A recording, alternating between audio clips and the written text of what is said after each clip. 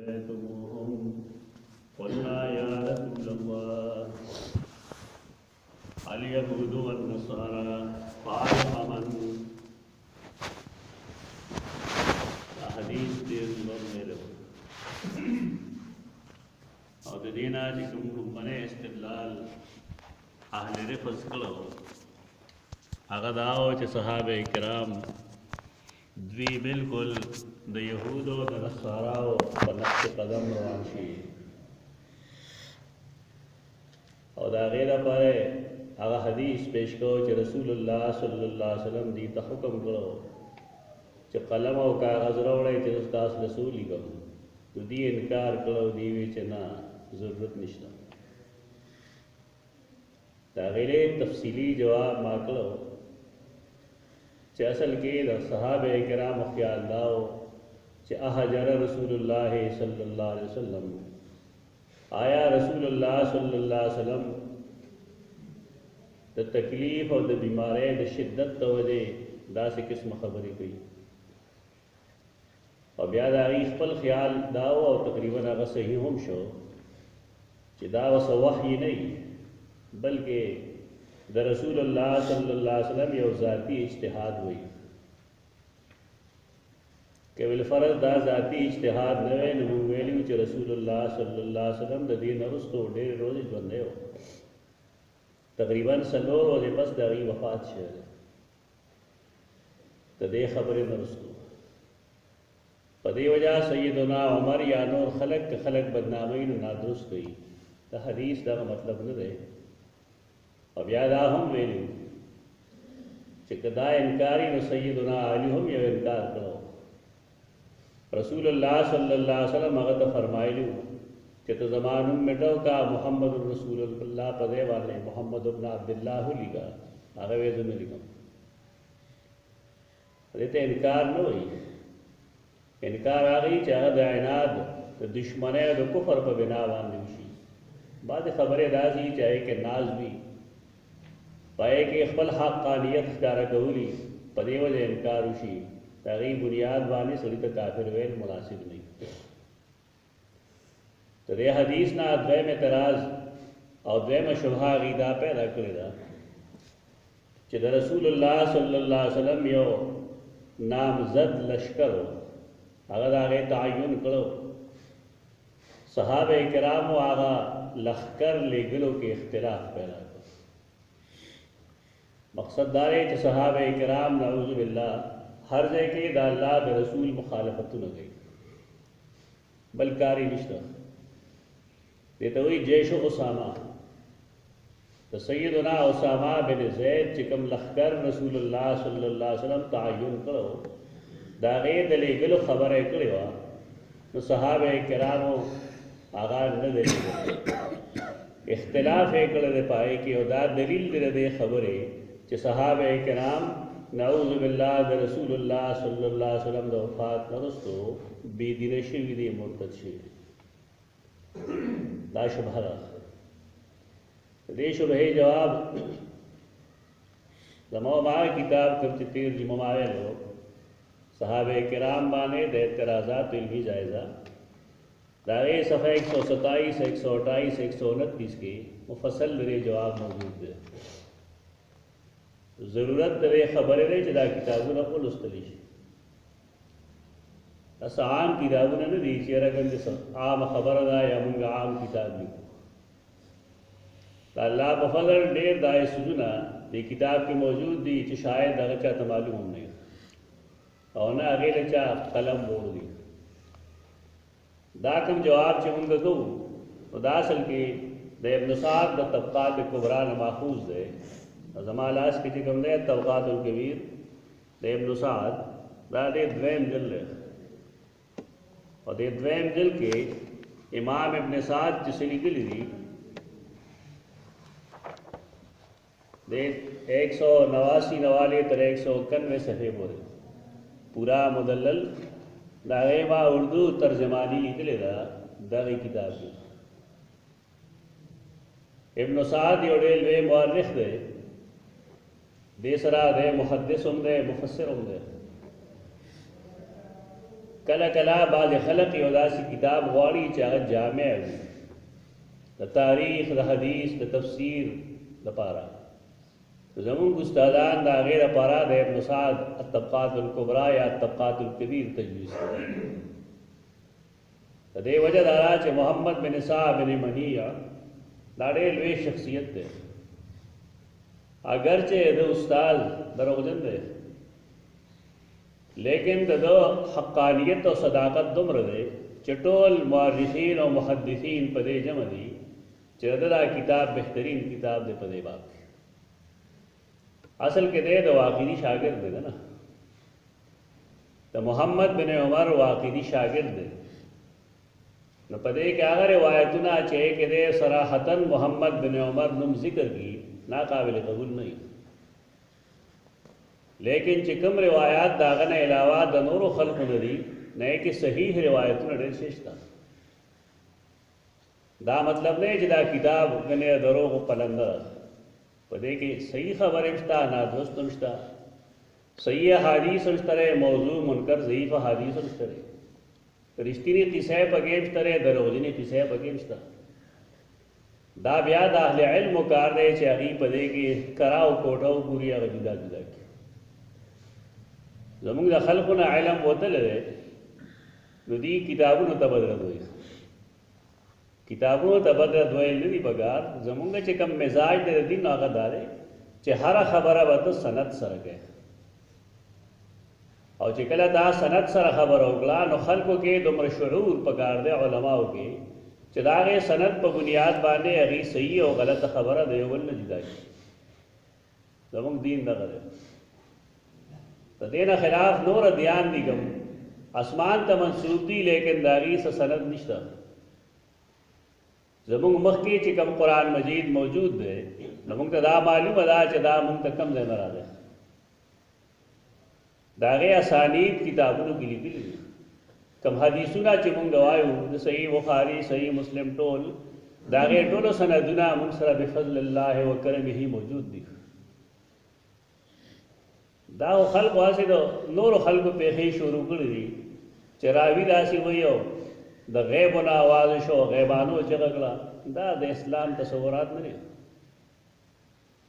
اسلام خپل عقاید خپل اعمال خپل اخلاق په غیبونو نه ثابت دي، د پیریانو په आवाजونو نه ثابت دي. که چېرته شیطان څه خبره کړې هم ده صحابه کرامو ته ناغي رسول الله صلی الله علیه وسلم ته کړې ده، او بیا چې هغه صحیح ده نو رسول الله صلی الله علیه وسلم دا غي تصویب کړی دی، هغه ته سواد ویلي دي، صحیح ویلي دي، علاوه دا غي نه حدیث ویلي دي. دا نه چې خو ویلي دا بس خبره بیان کړه او کیسه وشوه او دا دین دی. د دین مزاج زموږ دغه نه دی. دا کم سيزونه چې زنه نویم دا ډېر یو دروند اعتراض دی چې صحابه کرامو جیش د اسامه رضی الله عنه هغه نه دی لګره، او د دې دروغ حقیقت وګورو چې دې دروغ څه حقیقت ده. اړین شه دروغ وي خلک پرنی یو مرګري یو خبر راولېږه ماته چې دا یو سړي ویلي دی د صحیح بخاري حوالې سره، او یو بل عبارت یې لیکلی دی دا د القول البدیع په حوالې سره صفحه ورته لیکلې ده.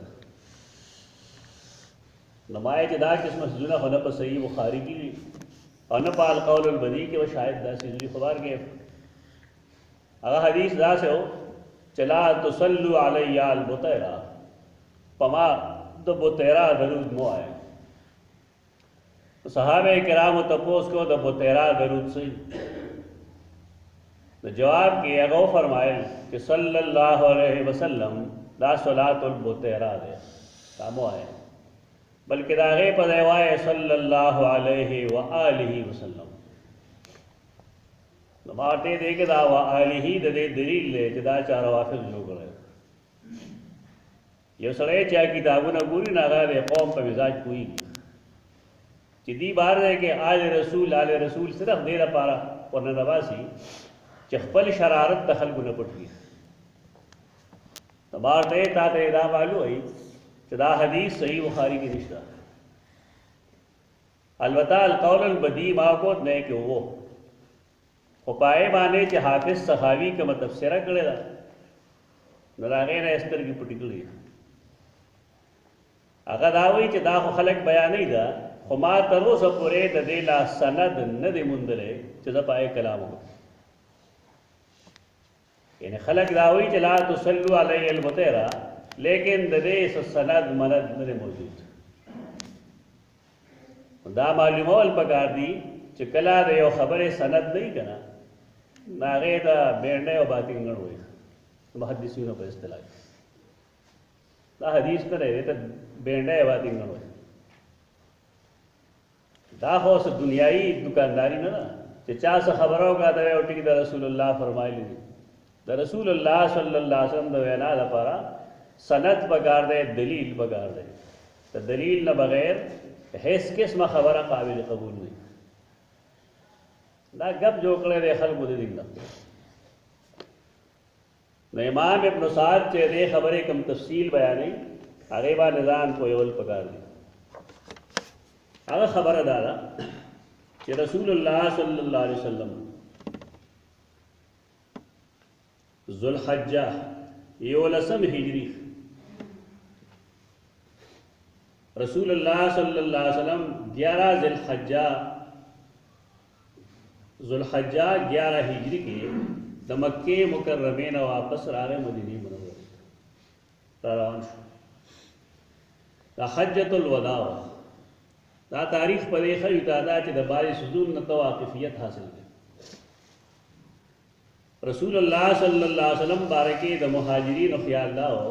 چې دی به ګنده مکه مکرمه کې پاتې کېږي ځکه مکه مکرمه خو دا بای کله دی بدلته کې پاتې کېږي د انصار هم خیال لاو چې دی بدلته کې پاتې کېږي اوس خو اسلام دی کفر نشته رسول الله صلی الله علیه وسلم انصار ته فرمایل زما موت او زما حیات تاسو سره ده زما ژوند او مرګ تاسو سره ده او مهاجرین ته مویل چې چا هجرت کړی دی مدینه منورې ته هغې به په مکه مکرمه کې استوګنه نه اختیار په دې وجه هیڅ مهاجر مکه مکرمه کې نه دی پاتې شوی یو عبدالله ابن عباس رضی الله عنه دی چې هغه طائف کې د هغه استوګنه وه بېشک لیکن طائف او مکه کې چې څومره مسافت دی او څومره لرې والی دی چا چې لیدلي دي نو هغې ته معلومه وي هغه یو بل نه ډېر لرې طائف کم ځای دی مکه کم ځای دی دا تاریخ دې لپاره ښیي چې خلک راوایي چې عثمان رضی الله تعالی عنہ په مکه مکرمه کې واده کړو بیا به هلته پاتې کېدو او په هغې بنیاد بعضې خلکو دا ویلي دي چې سیدنا عثمان به مکه کې مونځ ځکه پوره کوه دا د هغې د خبرې لپاره تا د بنیاد ښیم دا خبره نادرسته سیدنا عثمان نه واده کړی دی او نه پاتې شوی دی رسول الله صلی الله علیه وسلم لاړ ذوالحجه کې مدینه منورې د ذوالحجې چې کومې باقي ورځې دي محرم او سفر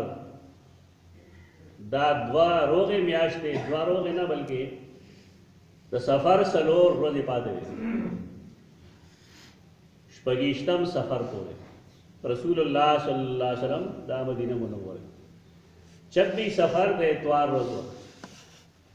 11 ہجری کے رسول اللہ صلی اللہ علیہ وسلم سیدنا اسامہ بن زید اسامہ صحابی دے زید صحابی دے رضی اللہ عنہ د رومیانو د مقابلے د پارا د فوج متعین دو فوجی جوړ کو او یو ځای واغې ته به ابناوي الف ب نون یہ باندې بلاړ تعین یو کو چې د فوج سر لخکر و سیدنا اسامہ بن زید د رسول الله صلی الله علیه وسلم انصاف تو وګوره عدل تو وګوره چې اسامہ هم غلام دی او زید هم غلام دی لیکن د فوج مشری چاله ورکړي چا چې کې اهلیت شته او کم چې د رسول الله صلی الله علیه وسلم په نظر کې لوی سره نن خو د خلکو سترګو باندې پولې پرتې دي یو سړی لږ غوندې مالداري یا نسب ښي او هغه سره یو غریب سړی ودرېږي نو دی ډېر عجیب انداز باندې لګیا وي ځان ورته څه شیخ کوي. حال دا چې یو انسان د بل انسان نه په تقوا باندې غوره کېدی شي، په نسب باندې په مالدارۍ باندې سړی نه غوره کېږي. رسول الله صلی الله علیه وسلم حجۃ الوداع موقع کې ویلي کلکم لآدم و آدم من تراب، تاسو ټول د آدم بچی او آدم د خاورو نه جوړ. ذهن کې لږ صفائی پیدا کوي دا مو وایي چې زه ډېر لوی سړی یم، کم ذات چې نطفې نه پیدا وي د سپکو اوبو نه پیدا وي ابه څه ووایي چې زه لوی سړی یم. دا کبر دی هغه لوی ده کوم چې رسول الله صلی الله علیه وسلم د خپلو خپو لاندې مږلې ده. او نن مصیبت دا دی چې علما هم په دې سیز کې ګرفتار دي. هغې چې اهمیت ورکوي نو مالدار سړي له ورکوي، د چا چې ذات پات غټي. حال دا چې د رسول الله صلی الله علیه وسلم دا آخري کار دا هغه آخري کار دی په کارونو کې، دا بالکل آخري میخ دی کوم چې رسول الله صلی الله علیه وسلم د دې جهالت باندې وحي. او دا داسې فوج نه دی، دا اوس خیم زه تا ته چې په دې کې کم کم صحابه شامل دي. پته نه لګېږي چې دې خلقو رسول څه ګڼل دی. زمونږ رسول یوازې مونږ نه وکړی، هغه مونږ ته نور اخلاق هم راکړي دي، نور عادتونه هم راکړي دي، نور دین هم ښودلی دی، هغه هم فالو کول دي. یوازې رفع الیدین باندې امین بالجهر باندې ګیره ساتلو باندې سړی نه مسلمانېږي. هغه اسوه ده، هغه نمونه ده په هر چیز کې. نو دې تیار که ابنا زید هلته ورته لاړ شي. او بیا دا ویلو چې دا هغه ځای دی چې دا ستا د پلار هم مقتل دی. دی بله پیشنګویي ورته وکړه چې ستا والد محترم سیدنا زید رضی الله تعالی عنہ اب هم دغلته شهید کېږي. دا هغه ځای دی، جنګ موته کې مړ شوی دی، هغه دغه ځای. رسول الله صلی الله علیه وسلم فوج تیار وی فرمایل سر الی موضع مقتل ابیک، هغه ځای ته لاړ شه چې هلته کې به ستا پلار هم شهادت وي. فاعطیهم الخیل فقد ولیتک هذا الجیش، خپل لښکر یې هلته بوځه، د دې فوج سربراه ما ته مقرر کړی. دا خبره ده چې رسول الله صلی الله علیه وسلم سیدنا اسامه بن زید ته وکړه، لښکر تعین شو. دا د اتوار ورځ موږ ویل، دا ورځ ذهن کې چلی. بیا وروسته د شروع پر ورځ رسول الله صلی الله علیه وسلم ته درد سر شروع شو. شروع پر ورځ شروع ته فارسی کې چهارشنبه وي. چهارشنبه پر ورځ رسول الله صلی الله علیه وسلم ذهن کې دا کې دی چې د ګل پر ورځ به رسول الله صلی الله علیه وسلم وفات کېږي.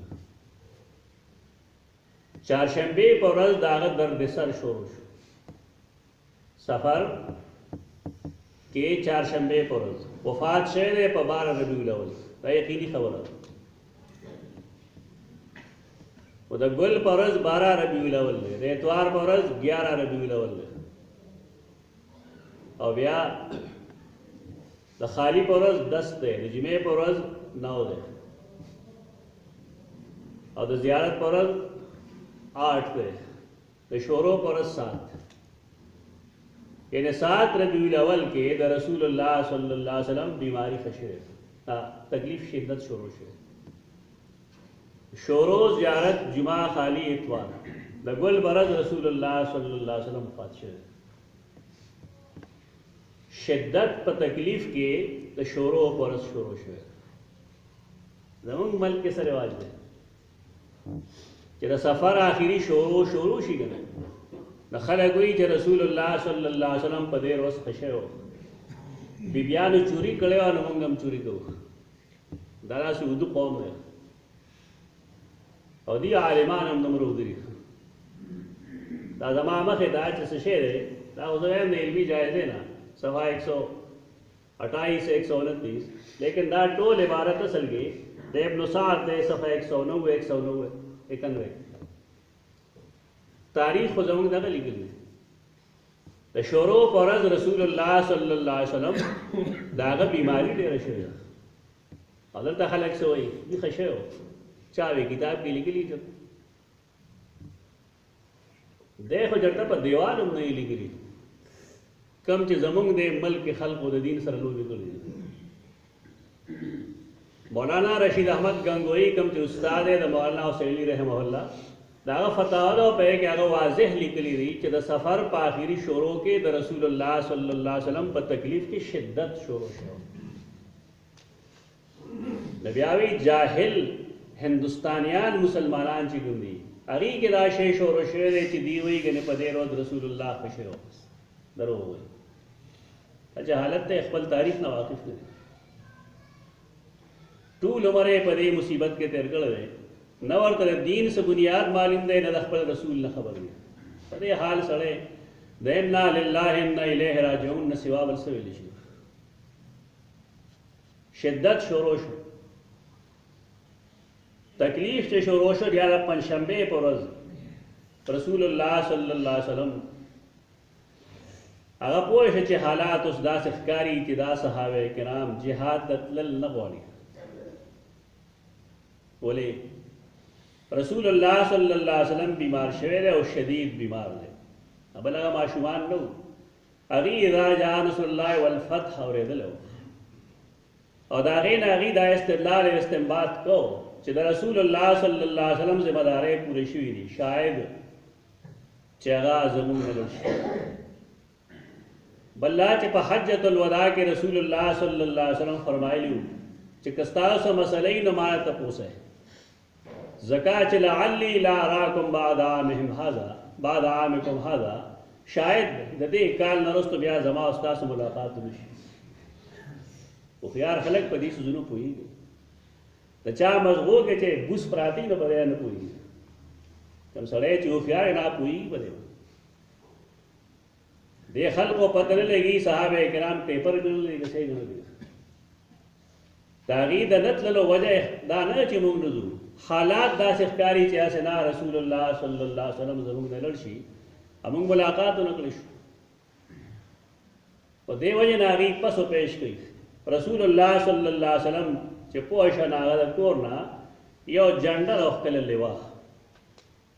د رسول الله صلی الله علیه وسلم د جنډې خاص رنگ نو دا درو وی خلک چې دا برګ بروګه چخکاری کی دا چا جنډه دا زمونږ د پاک رسول الله جنډه دا درو وی د رسول الله صلی الله علیه وسلم د جنډې څخه خاص رنگ نشته بس کور کې چې څنګه څه شی مل او شعر د سیده عائشہ لو بټه بو اکثر کله سپینا کله تورا کله زیبرا والا جنډا غا چولې دی بشک لیکن زیبرا کې تاسو لیدلی نه داسې نه د زیبرا پټي بل شان دي هغه داسې نه اته صحیح د دین په نوم باندې دروغ ویل اړې لوی ګناه ده زمونږ چا په اتفاق یا مخالفت کې نه کوي دا خبره مونږ د دین دا د برسېره کوو چې دین زمونږ دا خبره نشته نه د جنډې قیمت صرف په دې باندې لري چې دا د مسلمانانو د جمع کېدو ځای دی چې کوم ځای کې جنډه لګېدلې ده د مسلمانانو نو دا د هغې مرکز دی په دې وجه صحابه کرام جنډه غورځېدو ته نه پرېږدي د جنډې احترام نه کوي خلک پوهېږي نه په خبره د کپړې بس احترام کپړه یو کپړه ده چې کوم په خانه کعبه غوړېدلې ده قابل احترام ده باقي دین موږ ته د کپړو د احترام حکم نه راځي دا یو ثقافت وګڼه د خلکو یو تهذیب وګڼه لیکن د دین تقاضا نه ده بارکه رسول الله صلی الله علیه وسلم په خپل د سیدنا اسامه لپاره یو جنډا جوړ کړه بار راغه هغه ته ویل اغزو بسم الله فی سبیل الله فقاتل من کفر بالله لال شاه ما چې تاسو سویلی دی کار کوه غزال لړ دا الله په لار کې jihad وکړه هغه چا سره چې د الله نه کفر کړل دی انکار کړل سیدنا اسامه بار وروت سیدنا بریده اسلمی رضی الله تعالی عنہ له جنډا ورکړه چې تبا جنډا وتا سره د فوج کمان مما سره جنډا وتا سره صاحب اللواء وته بهر یو ځای ته جرف وایي هغې ته مدینې منورې ټول هلته کې جمع شو جرف کې او تلل غواړي. اوس په دې کې دا کوم فوج چې جمع دی خلق دا وایي چې صحابه کرام د دې نه پاتې شو. کوم ځای پاتې شوي؟ رسول الله صلی الله علیه وسلم د هغه ملګري فلم يبق احد من وجوه المهاجرين الاولين والانصار الا انتدب في تلك الغزوه. مهاجرین او انصارو کې یو سرکرده سړی نه و چې هغه دې جنگ نه پاتې شي. درو وایي خلکو ته چې صحابه کرام نه لیدلي ټول لړل دلته جمع شو. په دې کې څوک څوک فيهم ابو بکر الصدیق وعمر بن الخطاب وعبیدہ ابو عبیدہ بن الجراح وسعد بن ابی وقاص وسعید بن زید وقتادہ بن نعمان وسلمہ بن اسلم بن حریش. دا دومره کسان دي دا غټ غټ خلک دي. صحابه باندې خلک چپلې نه کوي.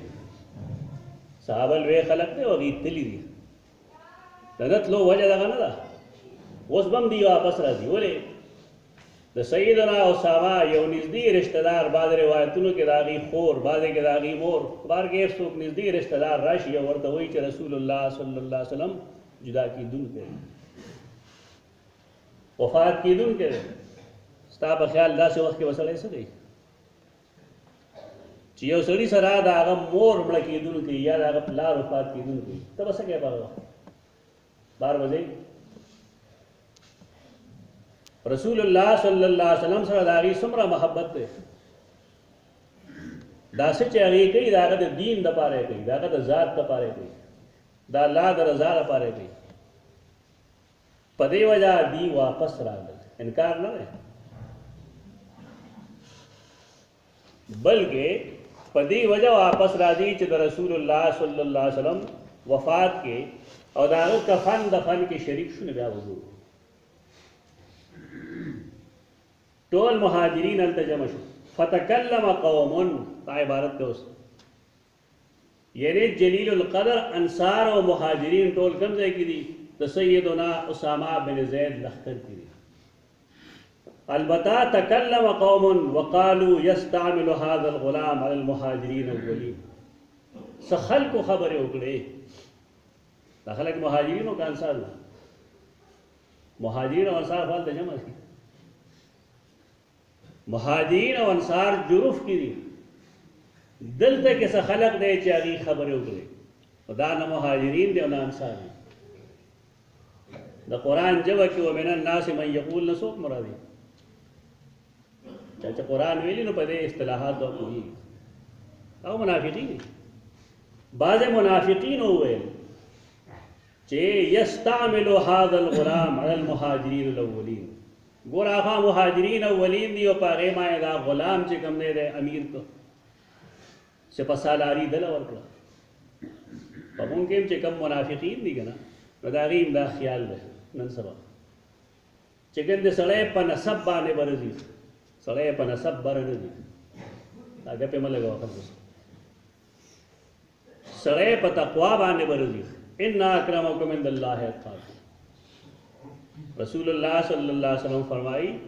خلکو کې یو دوه خویونه دي هم بهما کفر. دا دواړه خویونه چې کوم دی دا د کافرانو د وخت دي د مسلمانانو د وخت دي. یو څه شی الفخر بالانساب د نسب په وجه باندې ځان لوی ګڼل. دا که ستا ذهن کې که دا وباسئ دا کفر دی. او بل د جاهلیت غوندې دعوې کول دا سيزونه دا ډېر لویه برایي ده. اصل سیز د انسان ایمان دی د هغه تقوا ده د هغه للهیت دی چې په هغې باندې یو سړی د الله په دربار کې مخکې کېږي. د قیامت په ورځ الله دا تپوس نه کوي چې ستا پلار څوک و او ستا نیکه څوک و. اب ستا نه ستا د عقیدې او ستا د عمل تپوس کوي. په قبر کې دا تپوس نشته چې ته زوی د فلاني که نوسی د فلانا بلکې من ربک ما دینک من نبیک. دا تپوسونه دي. دا شیطانی وسوسې دي چې زه غوره یم انسان نه یې غوره. یو سړی چې ځان ته غوره وایي زما په خیال د ده نه لوی ذلیل سړی بل نه وي. ور هغه چې نور خلک هغه ته ور ووایي، بهترین سړی هغه چې نور خلک هغه ته بهترین ووایي او الله او رسول ورته بهتر ووایي. د یو سړي په خپله وینا باندې سړي کې بهتري نه راځي. رسول الله صلی الله علیه وسلم چې دا خبرې واورېدې فغضبا غضبا شدیدا، ډېر غصه شو، بهر راووت. فصعد المنبر، دا ګوره بیمار دی غریب، ورځ یو نی واپس وفات کېږي. لیکن دا جاهلیت امر دی. رسول الله صلی الله علیه وسلم په خپلو صحابو کې د جاهلیت امر چلېدو ته نه پرېږدي، او د منافقینو خوی دی. وخود نو الله حمد بیان کړ، ثنا بیان کړ، بیا فرمایل اے خلقو دا ما کړی، او کم خلق چې زما په انتخاب باندې ګوته اوچتوي نو دوی د الله په انتخاب ګوته اوچتوي. یعنی اسامه بن زید ما د الله په حکم باندې امیر کړی دی. د چا چې په دې اعتراض دي نو دا د په الله اعتراض دی. نن اکثر خلق په سنتو به اعتراض کوي چې ته دا سنت دی نو تا ته به عجیب عجیب اعتراضات شروع. مونږ ته څه دی؟ د الله په رسول اعتراض وکړه، په الله اعتراض وکړه. یو سړی نه خبر نو ځان دې خبر کړي. اوس تکلم قوم کې دا چا چې خبرې کړي دي دا مسلمانان نه دي. مهاجرین او انصار په ټول هلته کې دي. دا بعض منافقین دی هغوی دا شوشه پرېښوده. رسول الله صلی الله علیه وسلم بیا فرمایل دی ته چې تاسو لاړ شئ. دی بیا روان شو، لږ بار ووتل نو بیا اطلاع میلو شو چې رسول الله صلی الله علیه وسلم وفات شو. په دې وجه مجبورن دی واپس راغله. چې کله رال رسول الله صلی الله علیه وسلم 3 ورځې د هغه دفن نه و شوی. ولې نه و شوی؟ هلته بیا بله شبهه پیدا کی صحابه کرامو په خلافت جګړه وه. ځان وده کې ښه مزېدار نو کار به سمې چې ودی نه بیا خلک ټوپونه وایي سړي د پاسه هلته شبهه نه وي معلومه. دا بله شبهه ده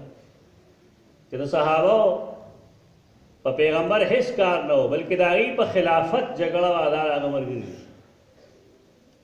نو دا هېڅ وکل نه وایي چې دا ولې حساب. رسول الله صلی الله علیه وسلم چې وفات شو نو ابوبکر صدیق صحابه کرامو کې اختلاف و څه به کوو موږ تپوس نه کړی. ابوبکر صدیق وی ما تپوس کړی. رسول الله صلی الله علیه وسلم بخپله حجره کې پروتي. حجره معنی کمره. د سیده عایشه کمره ده. د رسول الله صلی الله علیه وسلم د ښځو کورونه ځان له ځان لري. هغه د هغې ملکیت دی، میراث نه دی. ځکه د پیغمبر میراث نه وي. هرې بیبي له رسول الله صلی الله علیه وسلم ځمکه اخیستې ده یا چا ورکړې ده هغه هغې له ورکړې ده ستا ده. دغه وجه وه چې کله د امهات المؤمنین کمرې خلقو داخلولې په مسجد نبوي کې نو هغې له باقاعده پیسې ورکړې. هغې نه وروسته هغې مسجد نبوي کې شامل کړې. دا د هغې ذاتي وې په دې حیثیت چې سیده رسول الله صلی الله علیه وسلم ورکړې وه. و د سیده عایشه چې کومه کمره وه په یې کې د رسول الله صلی الله علیه وسلم روح پرواز کړی.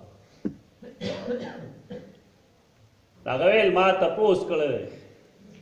جواب دا چې پیغمبر کوم ځای مړ شي هلته به ښخېږي. یعنی هر نبی چې کوم ځای مړ شو هلته کې به هغه ښخېږي. دې کې ستا د شبهې جواب هم شو چې ته په قبر باندې آبادۍ جایز دی که ناجایز؟ ناجایز دی. د پیغمبر په هغې ولې دی؟ په هغې د مخکې نه و. پیغمبر چې کوم ځای وفات شي هلته کې هغه دفنېږي. دا د سیده عایشه کور و. دې کې به هغه اوسېدله، بهر نه ده وتې. د هغې چې پلار وفات شو نو هم به هغه هلته کې دفن شو، دا به هلته کې وه. سیدنا عمر چې کله وفات شو نو بیا به د رسول الله صلی الله علیه وسلم نه علاوه د سیدنا عمر رشته دار هم راتلل د قبر ملاقات له. په دې وجه سیده عایشه بیا ځان پټو پرده به کوله. حیا من عمر د دې دپاره چې د عمر د خپلوانو نه پرده وکړي. نو زموږ علما څه معنی کوي؟ حیا من عمر د عمر نه پرده کوله څنګه مړی نه څنګه پرده کېږي مړی ویني څه مړی خو نه ویني نه ګوري نه اوري المیت لا یسمع ولا یبصر مړی نه ویني نه اوري هېڅ نه کوي د مړي زموږ دنیا سره څه کار نشته رسول الله صلی الله علیه وسلم د وفات نه وروسته دا دوه صحابه هغه سره هلته ښخ دغه چونکې د سیده عایشه کمره وه په دې وجه هغه په خپل وفات د دې نه راوتې ده مخکې نه ده راوتې خپل تاریخ تاسو ځان سره یاد ساتئ جنازه به څنګه کېږي نو هغه ټول تفصیلات شته په احادیثو کې چې فلانې فلانې به دی ولامبوي فلانې به کفن درواچي جنازه به څنګه وي نو ستا لاش مبارک ستا جسد مبارک دا به دلته پروت وي او پایې کې چې څومره کسان راځي نو په بار نه به راځي تا ته به درود وی اللهم صل علی محمد وعلی آل محمد کما صلیت علی ابراهیم وعلی آل ابراهیم انک حمید مجید اللهم بارک اخره پورې دا جنازه ده درود به وی او بلې غاړه مسجد نبوي ته وځي پای کمره کې څومره خلک راځي چې 3-4 قبرونه پکې راتلی شي څومره خلک پکې راځي 10 کسان پکې راتلی شي 4 کسان باندې وتل هغه به درود وی بلې غاړه ته وتل دا وخت په دې لګېدلې نه په خلافت جنگ نه ده دروغ وایي خلکو ته زموږ دا هم ټول ودرېږي څوک به بل دروغ وایي چې کله زه مړ شم نو زما لاش به کېده د ټول نه به مخکې الله راځي او زما جنازه وکړي ستا خو د الله بنیاد وباسي دروغ وایي په رسول الله صلی الله علیه وسلم چا ویلي او آیا الله داسې ذات دی چې هغه جسم دی هغه دنیا ته راځي دا که مونږ ویلی نو شاید چې مونږ ته کافر ویلی چونکې هغه پسې هم یو لویه خرګله روانه ده نو دې څوک نوټس نه اجازه سره هیڅ قسمه روایت په دې باب کې صحیح نشته دی چې ګنده الله دا فرمایلی چې اول بس جنازه کو دروغ دی دا داسې دین خو نه چې څوک د هر څه وایي نو بس لیکلي وکړي دا ټول څیزونه مونږ ته معلوم دی مونږ پوهېږو په دې باندې چې کله دفع نشو د رسول الله صلی الله علیه وسلم نو د هغه وفات سره اکثر د عربو اعراب باندچیان دا مرتد شو مانعین زکات هم پیدا شو و دې حالاتو کې وسکه یو فوج رسول الله د هغې انتخاب کړی دی څنګه چې خلافت واغسته سیدنا ابوبکر صدیق نو هغه وفرمایل جیش د اسامه دی لړ شي صحابه کرام یې کې اختلاف وکړو ولې انکار وجه خو نه وه مسیلمة الکذاب یو ځای کې بېدینه سړي د خپلې پیغمبرۍ دعوه کړې ده مانعین د زکات جدا پیدا شوي دي مدینه منوره کې داسې خلق دی چا مرتد شوي دي او فوج ټول چې کوم دی هغه طرف ته روان دی دې کې وسه کوي سړی کوم سړی چې د هغه عسکري ذهنیت وي فوجي ذهنیت وي په حفاظت هغه پوهېږي بس چل گئی ته پوهېږې بالفرض په دې باندې ستا به څه کرداري به وي خلقو سیدنا ابوبکر صدیق ته وویل چې فوج ایثار کا هغه ویل نه سیدنا عمر هم وویل فوج ایثار کا هغه ویل سوال نه پیدا کېږي د کوم فوج ترتیب چې رسول الله صلی الله علیه وسلم ورکړی دی د خپل پلار نوم د ابو قحافه زوی له دا نه ښایېږي چې هغه ایثار کړي اگر ورځ دوه که تا ته ښکاري چې دا ایثار شوی دی د هغې وجه هغه حالات دي 3 ورځې پس د رسول الله صلی الله علیه وسلم د دفن نه صحابه کرام هغه فوج لېږلی دی او هغه جنګ شوی دا هغه شبهه چې کوم خلکو کړې ده د صحابه کرامو باندې چې جیش د اسامه لېږلو دپاره نه دی پرېښی ما طبقات ابن سعد دا طبقات الکبیر نه دا خبره ثابت کړه چې نه ضرور نه جګړه په خلافت باندې په خلافت چې کوم بحث دی به انشاءالله مونږ آینده جمعه کوو یا یو شبهه به رد کوو انشاءالله خلافت باندې کوم اختلاف دی د هغې څه بنیاد دی چې آیا مهاجرینو کې څوک خلیفه شي که انصارو کې خلیفه شي هغه علمي خبره ده د هغې بنیاد خو دا نه چې ګنې د دې په حکومت جګړه ده هغه بیس خدای چې مهاجرین کمزور خلق دي، انصار د مدینه منورې خپل خلق دي. مهاجرین کدی سو کولی شو نه پکار دی چې دی مکه کې ځان لسټیټ قائم کړي، مدینه خو د انصار دا قسم شبهات راتلل. دا غي جواب په ابوبکر صدیق حدیث بیان کړی، بیا هو اختلاف پیدا کی، لیکن دا غي بنیاد بیا علمی چې کله حدیث راغلی دی بیا لري خو څوک چې صحابي اختلاف کوي. بار کې دغه شوبه ان شاء الله موږ یې جمع وایو. اقول قولي هذا استغفر الله لي